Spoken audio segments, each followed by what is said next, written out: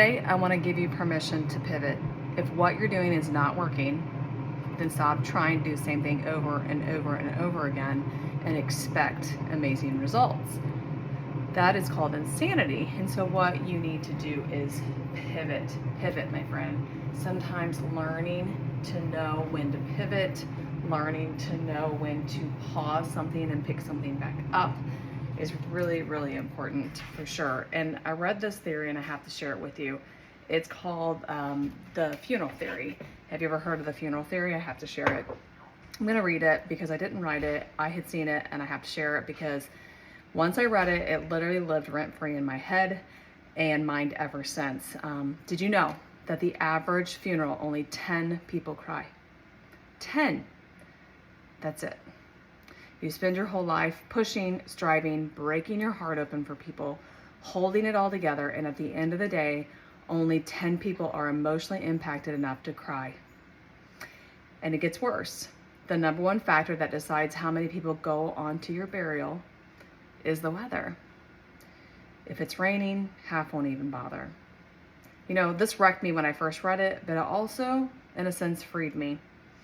If so few people will care that deeply at the end, why are we so obsessed with what everyone thinks while we're living? Why do we build lives around keeping others comfortable when they wouldn't even bring an umbrella to our burial? This is your reminder. Hear this, friends. You're allowed to want more. You're allowed to do what makes you happy. You're allowed to build a life that pays you and fulfills. Even if your path looks nothing like you thought it would, or what others thought it would. Even if it doesn't make sense to the people around you, you don't have to be the person who sticks it out to a plan out of guilt or fear. You are absolutely allowed to pivot, shake it up, change the story. Nobody is getting out of here alive anyway. I wanted to read that out loud to you this morning because I full-heartedly, like when I read that, like I said, it literally stuck with me rent-free in my head for a long time. And I kind of sat on it for a while because there's a couple of things in there I could expand on. You know, we don't live this life for us. We live it to serve others. But I do truly believe that we spend too much time caring what other people think. And at the end of the day, when it's all said and done, people live their lives. They remember you for a moment and they move on. I have experienced this. I have felt it in my own life. I have felt being disappointed in people that I thought that would be there for me that have not been there for me. Or maybe it's an unrealistic expectation of expecting others to show up when they just couldn't show up themselves. Death is a weird way of really filtering a lot of people in or out of your life.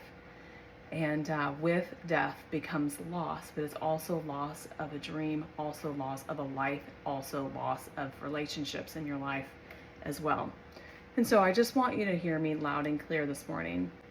If it's not working for you, pivot.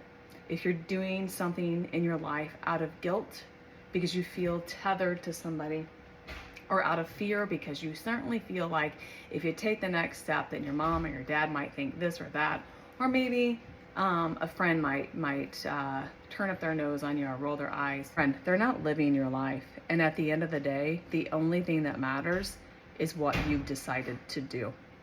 You hear that? So let me ask you this question. Are you living a life that is fulfilling to you? I will add to the funeral theory, being a servant and giving to others. That's really, really, really important, and being the light of Christ.